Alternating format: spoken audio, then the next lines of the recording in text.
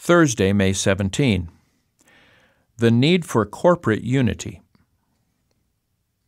It has been well said that a Christianity that does not begin with the individual does not begin, but a Christianity that ends with the individual ends. This statement underscores the importance of every new believer being incorporated into the body of believers. As with witnessing and evangelism, it is also true that incorporation cannot be left to certain individuals in the fellowship. Incorporation is the responsibility of the entire church. Consider now Colossians 1:28 and 29. What specific goal did Paul place before his new converts? Here's the text. Him we preach, warning every man and teaching every man in all wisdom, that we may present every man perfect in Christ Jesus. To this end I also labor, striving according to His working, which works in me mightily.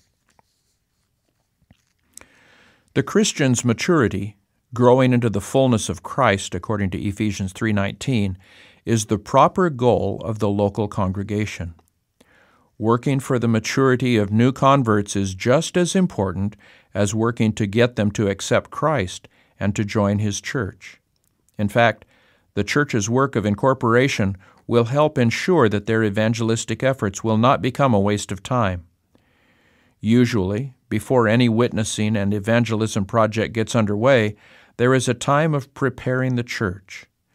This is a time when we focus on transportation, childcare, greeters, prayer teams, and visitation teams. The Apostle Paul would have us focus on incorporation as another important part of church preparation. Consider now the following question. Which is more important to ask and why? How can new believers get involved in church life and its programs? How can the church enter the lives of new believers and help them mature?